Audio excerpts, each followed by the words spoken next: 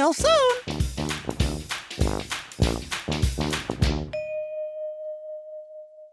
What the hell? You fired me from the Krusty Krab? What the hell did I do? Oh, yeah.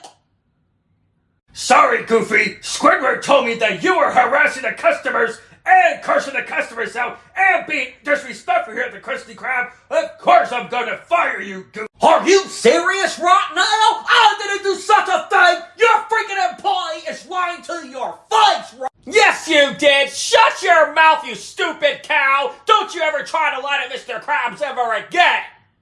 You know what, Squidward? Later on, you're gonna be calamari tonight, and I'm gonna make sure you never see daylight ever again! Ha ha ha! You're not gonna do anything because you're fired! You're nothing but a low-life piece of crap! Needs to go back to the clubhouse where he belongs! Ha ha ha!